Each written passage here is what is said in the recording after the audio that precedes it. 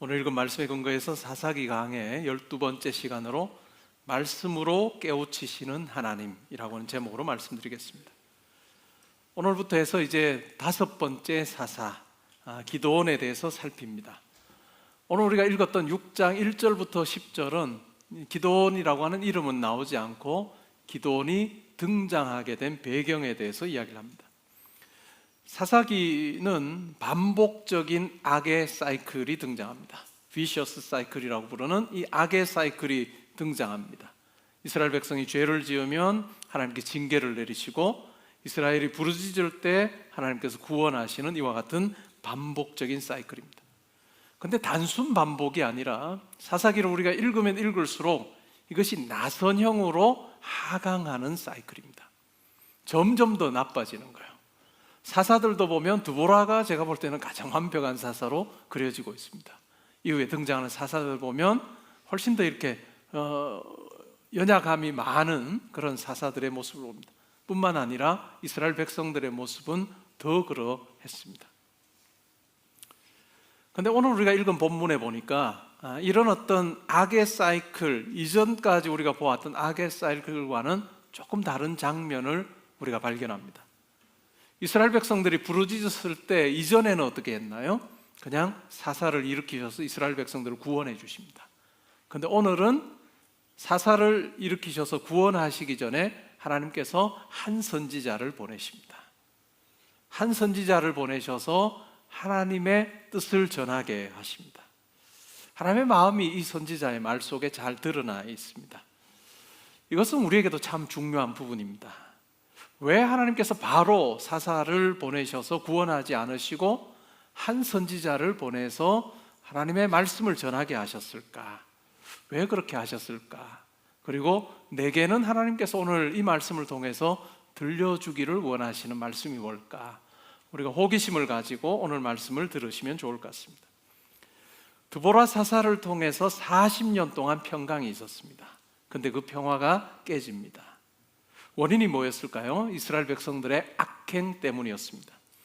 6장 1절에서 이렇게 말합니다. 이스라엘 자손이 또 여호와의 목전에 악을 행하였으므로 여호와께서 7년 동안 그들을 미디안의 손에 넘겨주셨다라고 이야기합니다. 이 1절은 이스라엘 백성들의 죄와 또 그 죄에 대한 하나님의 징계에 대해서 소개하고 있습니다. 이번에는 하나님께서 미디안을 들어 사용하셨습니다. 드보라 때에는 하나님께서 가나안 족속을 들어 사용하셨는데 이번에는 미디안 족속을 들어 사용하셨습니다. 오늘 1절에도 보면 그들을 이스라엘 백성들을 미디안의 손에 넘겨주셨다 이렇게 이야기합니다. 이 표현을 통해서 이 이스라엘 백성들에게 주어지는 이와 같은 고난은, 이 힘든 상황은 그냥 우연하게 발생한 것이 아니라 하나님의 징계고 하나님의 훈육이었다라고 하는 것을 우리에게 설명해 주고 있습니다. 그리고 하나님께서 징계하셨을 때 이스라엘의 상황이 어떠했는지를 종합적으로 묘사하는 것이 6절에 나옵니다. 이렇게 말하고 있죠. 이스라엘이 미디안으로 말미암아 궁핍함이 심하였다라고 이야기합니다. 그리고 그 궁핍함이 심한 내용을 2절부터 5절에서 조금 더 자세하게 이렇게 설명합니다. 2절부터 보시면 이렇게 말하죠. 미디안의 손이 이스라엘을 이긴지라. 이스라엘보다 강하였다라고 하는 의미가 되겠죠. 이스라엘 자손이 미디안으로 말미암아 산에서 웅덩이와 굴과 산성을 자기들을 위하여 만들었다. 그들이 살고 있는 거처가 있었습니다. 집이 있었습니다. 그런데 세컨하우스로 산에다가 그렇게 별장을 지은 것이 아니고 웅덩이를 파고 굴을 만들고 요새를 만들었다.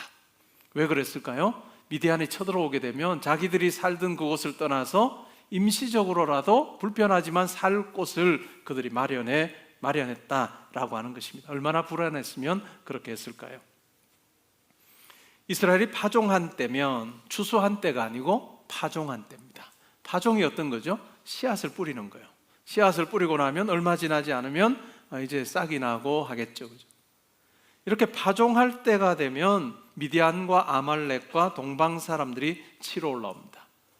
우리가 흔히 생각할 때는 추수할 때 오면 추수한 것을 거두어 가면 되겠구나 이렇게 생각을 할 수 있는데, 그렇게 하지 않고 파종한 때가 되면 미디안과 아말렉과 동방 사람들이 치러 올라와서 그냥 잠시 머물다 가는 것이 아니고 어떻게 했을까요? 진을 칩니다. 그리고 한 부분만이 아니라 가사까지 아주 넓은 지역에 걸쳐서 토지 소산을 멸하여 버립니다. 그래서 결국은 이스라엘 가운데 먹을 것을 남겨두지 아니하였습니다. 파종을 하고 이제 싹이 나고 이렇게 조금 올라오게 되면 이 올라오는 것마저 싹 다 먹어치우게 만들어 버렸다라고 하는 이야기죠. 양이나 소나 나귀도 남기지 아니하였습니다. 이는 그들이 그들의 짐승과 장막을 가지고 올라와서, 근데 올라왔는데 이 수가 얼마였다는 거죠? 메뚜기 떼같이 많이 들어왔습니다. 그리고 그 사람과 또한 낙타가 무수하였습니다. 그렇게 해서 많은 미디안 사람들이 올라와서 그 땅을 완전히 초토화시키는 그러한 일이 있었다라고 이야기를 하고 있습니다. 굉장히 장기적이고 철저한 대규모의 약탈입니다. 그냥 추수하고 거둔 것 중에 일부를 가져가는 정도가 아니라 아예 심은 곡식을 짐승들이 먹게 함으로 이 이스라엘 민족을 멸종시키려고 하는 잔인함이 이 미디안 사람들에게서 발견이 됩니다.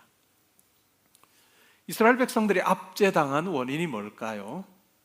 오늘 우리가 읽었던 이 수탈하는 이 과정 속에 반복되는, 그러면서 우리로 하여금 아주 그림을 그려볼 때 느껴지게 하는 부분이 있다면 그것은 바로 미디안 사람들의 수가 많았다는 것입니다. 메뚜기 떼같이 많았다, 낙타도 무수히 많았다라고 그렇게 이야기합니다. 이 미디안 족속에게 압제를 당했던 이유가 표면적으로 보면 이렇게 많은 사람, 이스라엘 백성들의 군사보다는 월등히 많은 그 같은 미디안 족속의 군사 때문에 이스라엘이 압제를 당한 것이 아닐까라고 하는 생각이 들게 하는 본문입니다. 근데 우리가 하나님께서 사사를 이제 기도원을 세우셔서 전쟁을 치는 내용이 7장에 나옵니다. 7장 12절에서 보면 이렇게 묘사하죠. 미디안과 아말렉과 동방의 모든 사람들이 골짜기에 누웠는데 메뚜기의 많은 수와 같고 그들의 낙타의 수가 많아서 해변에 모래가 많음 같은지라. 약간의 과장이 있겠지만 그러나 엄청난 사람들이 이 전쟁에 투입이 됐다라고 하는 이야기입니다. 그런데 우리가 7장에 기돈을 중심으로 한 300명의 이런 어떤 용사들의 그런 전투를 통해서 하나님께서 결국은 이스라엘에게 승리 주시는 그 내용을 보면, 하나님께서는 전쟁에 이스라엘 백성들 군사들이 참여하게 할 때 계속해서 이스라엘 군사들의 수를 더 늘려가지 않습니다. 미디안과 전쟁을 하려고 모였던 이스라엘의 군사들을 계속 집으로 돌려보냅니다. 그래서 마지막에 몇 명만 남았을까요? 300명만 남깁니다. 그러면 이 300명이 일당 100, 일당 1000을 하는 사람이냐? 절대로 그렇지 않습니다. 그냥 300명입니다. 그냥 300명을 가지고 정말 엄청나게 많은, 메뚜기 떼처럼 그렇게 많은 14만 명 정도 되는 이 미디안의 군사들을 무찌르게 하십니다. 그것도 하나님의 방법으로 승리하시는 그 내용을 보면 승리의 비결이 수에 있지 않았습니다. 그러면 결국 압제의 원인 또한 이 미디안 사람들의 수에 있지 않았다라고 하는 것을 우리가 확인을 해볼 수 있습니다. 그러면 결국 이스라엘 백성들이 핍박받게 된 원인이 뭘까요? 그것은 바로 하나님이 행하신 징계였습니다. 오늘 본문에서 특이한 부분은 이러한 압제 가운데서 이스라엘 백성들이 부르짖습니다. 6절에도 부르짖고 7절에도 부르짖는 내용이 나옵니다. 그러자 하나님께서 이전과는 다르게 한 선지자를 보내십니다. 이 악의 비셔스 사이클의 어떤 이 부분이 깨지는 부분인데, 죄를 범했을 때 징계를 행하시고 그리고 부르짖었을 때 사사를 바로 세우는 요 직전에 바로 하나님께서 한 선지자를 보내십니다. 이것은 사사기에서 유일무이한 장면이고 사건이라 할 수 있습니다. 그리고 하나님께서는 이 한 선지자를 통해서 하나님의 뜻이 무엇인지, 하나님의 마음이 어떠한 것인지를 전달하십니다. 그 내용이 바로 8절부터 10절에 나오고 있습니다. 우리 같이 한번 읽어볼까요? 하나님의 마음이 어땠을까? 우리 8절부터 10절을 함께 읽음으로 살펴보겠습니다. 함께 읽습니다. 여호와께서 이스라엘 자손에게 한 선지자를 보내시니 그가 그들에게 이르되 여호와께서 이같이 말씀하시기를 이스라엘의 하나님 내가 너희를 애굽에서 인도하여 내며 너희를 그 종되었던 집에서 나오게 하여 애굽 사람의 손과 너희를 학대하는 모든 자의 손에서 너희를 건져내고 그들을 너희 앞에서 쫓아내고 그 땅을 너희에게 주었으며 내가 또 너희에게 이르기를 나는 너희의 하나님 여호와이니 너희가 거주하는 아모리 사람의 땅의 신들을 두려워하지 말라 하였으나 너희가 내 목소리를 듣지 아니하였느니라 하셨다 하니라. 아멘. 선지자들을 통해서 부르짖는 이스라엘 백성들에게 구원의 약속을 주지 아니하시고 이스라엘의 죄를 비난하고 계십니다. 이전까지는 하나님께서 부르짖는 이스라엘을 향해서 그들의 죄를 묵인하시고 구원을 베풀어 주셨는데 이번에는 아예 작심하시고 그들의 잘못이 무엇인지를 확실히 짚고 넘어가고 계십니다. 이 선지자를 통해서 하시는 하나님의 말씀의 그 핵심이 뭘까요? 하나님은 자기를 출애굽의 하나님이라고 그렇게 묘사하고 있습니다. 내가 바로 출애굽의 하나님이다. 이 출애굽이라고 하는 이 사건은 이스라엘에게는 역사에서는 가장 중요한 사건입니다. 그들이 애굽에서 종으로 살아갈 때 하나님께서 그들을 건져주십니다. 종살이에서 해방시켜 주시고 결국은 시내산에서 그들과 언약을 맺으십니다. 이 종살이에서 해방되고 시내산에서 언약을 맺음으로 결국 그들이 이스라엘이 민족이 되게 하셨습니다. 그런데 한 민족이 되게 하셨을 뿐만 아니라 하나님의 백성이 되게 하셨습니다. 그리고 하나님께서는 그들을 향해서 너희들은 내 소유다, 서굴라라고 하는 히브리어를 쓰는데 이 소유라고 하는 말은 하나님에게 가장 소중한 것이라는 겁니다. 사람이든 만물이든 모든 걸 다 통틀어서 이스라엘이 나에게는 가장 소중하다라고 하는 것을 소유라고 하는 말로 그렇게 설명해 주셨습니다. 그리고 하나님께서 이 이스라엘에게 아브라함에게 하셨던 그 약속의 땅 가나안을 주시겠다라고 약속하셨고 마침내 그 약속의 땅 가나안을 허락해 주셨습니다. 노예 자리에서 해방시켜 주시고 민족을 만드셔서 약속을 이루어 주시고 나서 요구하신 것이 딱 하나 있습니다. 그게 뭘까요? 나만을 섬기라. 하나님만을 섬기고 가나안 신들을 섬기지 말라라고 하는 것이었습니다. 그런데 지금의 이스라엘 백성들 어떤가요? 악행을 행하고 있습니다. 하나님을 섬기지 아니하고 아니면 하나님도 섬기고 이방신도 겸하여 섬기는 이러한 하나님만을 섬겨야 되는 그와 같은 관계임에도 불구하고 하나님께서 그들을 가장 소중히 여기기에 그들 또한 하나님을 가장 소중히 여겨야 함에도 불구하고 그렇게 하나님을 대하지 않았던 이스라엘 백성들에게 하나님께서 징계를 내리십니다. 징계의 목적은 바로 하나님께서 다시 그들을 자기에게로 돌이키기를 원하셨던 목적이 이 속에 있습니다. 히브리서 12장에 보면 5절부터 11절에서 하나님의 징계에 대해서 이렇게 설명합니다. 조금 길지만 제가 읽어드리면 이렇습니다. 또 아들들에게 권하는 것 같이 너희에게 권면하는 말씀도 잊었도다. 일러스되 내 아들아 주의 징계하심을 경히 여기지 말며 그에게 꾸지람을 받을 때에 낙심하지 말라. 주께서 그 사랑하시는 자를 징계하시고 그가 받아들이시는 아들마다 채찍질 하심이라 하였으니 너희가 참음은 징계를 받기 위함이라.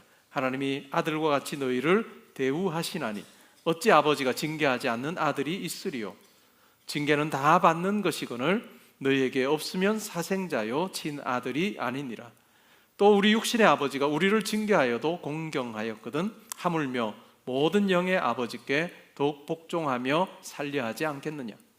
그들은 잠시 자기의 뜻대로 우리를 징계하였거니와 오직 하나님은 우리의 유익을 위하여 그의 거룩하심에 참여하게 하시느니라. 무릇 징계가 당시에는 즐거워 보이지 않고 슬퍼 보이나 후에 그로 말미암아 연단받은 자들은 의와 평강의 열매를 맺느니라.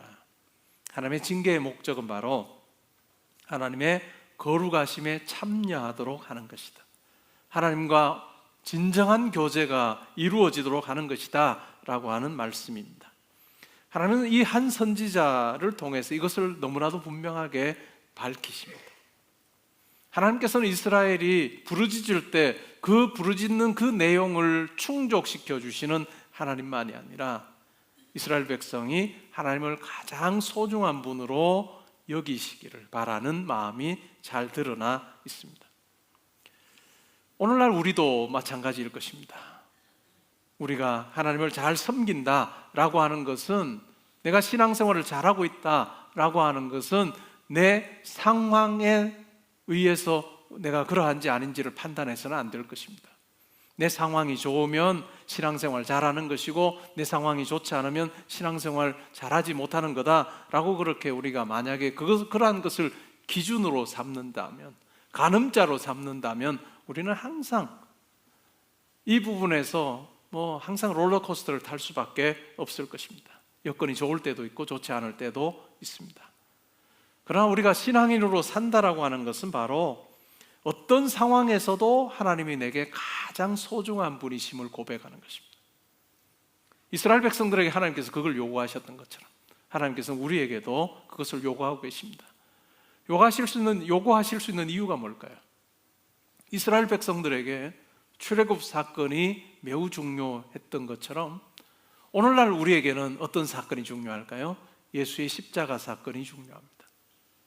하나님께서 죄 가운데, 또한 사탄의 권세 가운데, 죽음의 권세 가운데 벌벌 떨며 아무런 소망이 없던 우리, 아무런 구원에 대한 기대마저 없던 우리를 위해서 하나님께서 자기 아들을, 하나밖에 없는 아들을 우리를 위하여 이 세상에 보내셨습니다. 그리고 우리가 감당해야 되는 그 죄값을 십자가에서 다 감당하게 하심으로 예수 그리스도를 내어주고 하나님께서 우리를 자녀로 얻으셨습니다. 하나님께서 예수 그리스도와 우리를 맞바꾸셨습니다. 이스라엘 백성들을 향해서 썩울라, 나에게 가장 소중한 존재다라고 말씀하셨던 하나님께서 우리를 향해서, 그리스도 안에서 맞바꾼 우리를 향해서 너희는 나에게 가장 소중한 존재다라고 그렇게 말씀하고 계십니다. 그리스도를 통해서 우리는 하나님의 자녀가 되었습니다.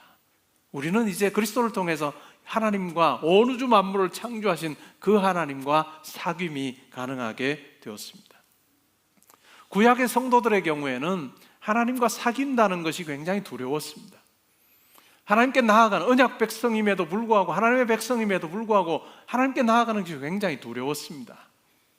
그것을 히브리서 12장에서는 하나님께 나아갈 때, 옛언약 백성으로 나아갈 때 시내산에 하나님께 나아가는 것이 얼마나 두려웠는지를 잘 묘사하고 있습니다. 그러나 새언약의 백성인 우리는, 그리스도가 오신 이후에 하나님의 백성이 되고 자녀가 된 우리는 하나님께 나아갈 때 두려워하고 벌벌 떨면서 나아가는 존재가 아니다라고 그렇게 이야기합니다.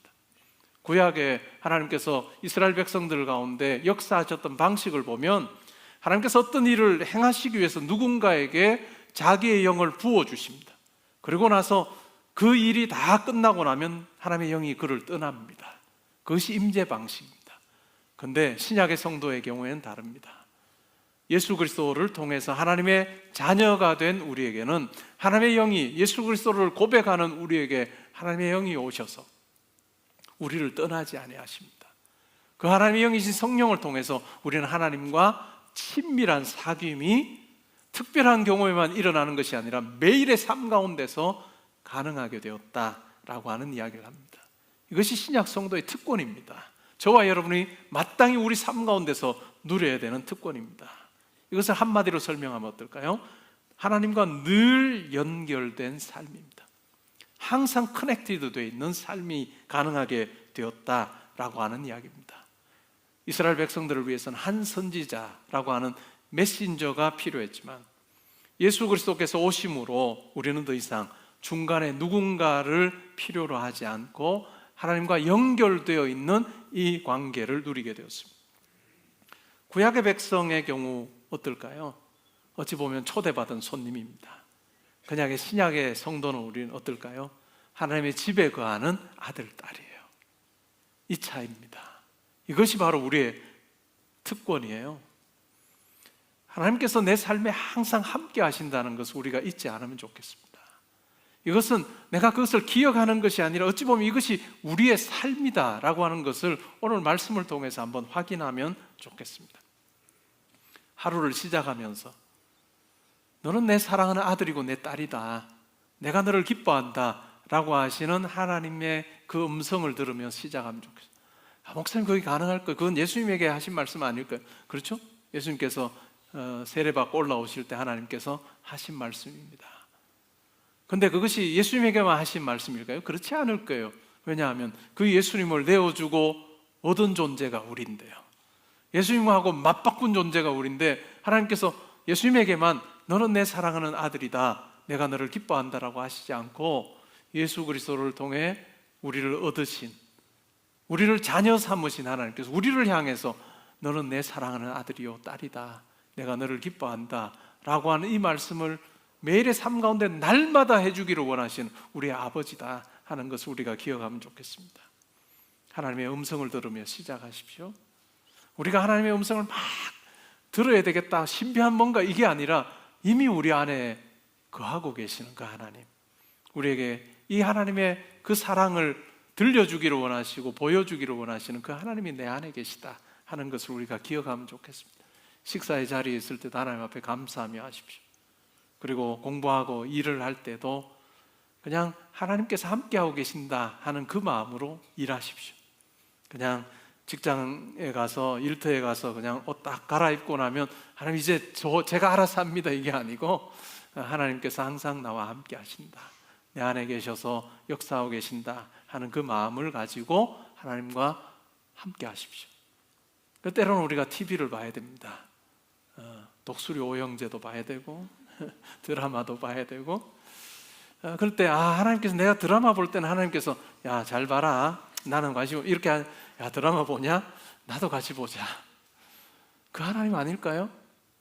쉴 때도 야 쉬냐? 좋다, 나도 같이 너와 함께 하마 라고 말씀하는, 우리의 모든 일 가운데 함께 하기를 원하시는 그 하나님이 계십니다. 그리고 하루 일과를 마치고 잠자리에 들어서도 오늘 하루 내 삶에 함께 하신 하나님 감사합니다, 단잠 주십시오 라고 그렇게 하나님 앞에 기도하고 자는, 그것이 바로 항상 커넥티드 되어 있는, 연결된 삶을 사는 성도의 임재를 체험할 삶일 것입니다. 하나님께서 우리에게 임마누엘이라고 하는 걸로 소개해 주셨어요. 내가 항상 너희와 함께하마, 너와 함께 하시는 하나님이다 라고 그렇게 우리에게 말씀해 주셨다. 이 하나님을 우리의 삶의 매일의 자리에서 경험하면 좋겠습니다. 이렇게 살다 간 신앙의 선배가 있습니다. 그를 우리는 로렌스 형제라고 부릅니다. 브라더 로렌스라고 부르는 사람입니다. 1611년에 나서 1691년에 세상을 떠났습니다. 그는 프랑스에서 태어났습니다. 그의 원래 이름은 니콜라 에르망입니다. 수도원에서 평신도 수도사로 오랫동안 살았습니다. 그러면서 그는 이 로렌스 형제라고 하는 별명을 얻게 되었습니다. 그가 수도원에서 했던 일은 말씀을 깊이 묵상하고 강론하는 일이 아니었고 잔심부로 많은 일이었습니다. 허드렛 일을 했습니다. 주방에서 허드렛 일하고 신발을 수선하는 일을 하면서도 그는 매일의 삶에서 하나님의 임재를 경험했습니다. 매 순간 호흡하듯이 자기의 삶 가운데 깊이 함께 하시는 하나님을 만나며 살았습니다. 그가 세상을 떠난 후에 그가 했던 말, 또 편지 이런 것을 모아서 그의 친구였던 수도 원장이 책을 낸 것이 있는데 그것이 바로 하나님의 임재 연습이라고 하는 책입니다. 하나님의 임재 연습입니다. 그가 살면서 하나님의 마음을 알아가면서 깨달았던 영적인 통찰을 담고 있는 그러한 책입니다. 지금으로부터 300년보다 훨씬 더 전에 기록이 된 책입니다. 우리와 다른 공간적인 배경, 시간적인 배경을 가지고 있음에도 불구하고 여전히 오늘날 우리에게 매우 중요한 영적인 진리를 이야기해 주는 책입니다. 얇습니다. 더운 여름에 한번 읽어보시면 좋을 것 같습니다. 많은 사람들은 하나님을 마음의 초상화로 걸어두고 삽니다. 그러나 로렌스 형제는 초상화가 아니라 자기의 삶의 일상에 함께 하시는 아버지로 만나며 살았습니다. 로렌스 형제가 했던 말 중에 이런 말이 있습니다. 저한테는 일하는 시간이나 기도하는 시간이 별반 다르지 않습니다. 온통 소란스러운 주방에서 몇 사람이 동시에 여러 가지 일을 나에게 시키는 와중에도 나는 마치 무릎을 꿇고 성찬식에 임하는 순간처럼 더없이 평안한 가운데 하나님을 내 안에 모시고 있었습니다. 이것이 신약 성도의 특권입니다. 여러분의 매일매일의 삶에 우리가 기도드리고 찬양하거나 예배할 때만 하나님께서 우리를 주목하시는 것이 아니라 우리의 교회에서의 삶뿐만 아니라 가정에서의 삶, 우리 일터에서의 삶, 우리의 모든 삶의 자리에 나 너와 함께 하고 싶고 너와 너의 삶 함께 내가 나누기를 원한다라고 하시는 그 하나님의 임재를 원하시는 그 하나님의 마음을, 그 아버지의 마음을 우리가 잘 알아서 우리 홀로 그냥 살지 말고 우리를 위해 모든 것 내어주신 우리 아버지와 동행하는 삶 살면 좋겠습니다. 그래 우리의 하루하루가 하나님 보시기에 참 아름다운 하루가 되고 하나님으로 인해서 만족함이 있고 감사가 있고 기쁨이 있고 그 하나님이 주시는 평안함과 넉넉함을 많은 사람들에게 보여줌으로 그들도 하나님의 임재 가운데 살도록 인도하는 그런 복된 삶 사실 수 있기를 바랍니다. 한 주간 그렇게 잘 사시다가 또 예배 자리에서 또 하나님을 우리가 한 목소리로 그렇게 찬양하면 좋겠습니다. 하나님께서 여러분들의 한 주간의 삶에 함께 하시기를 주님의 이름으로 축복합니다. 아멘.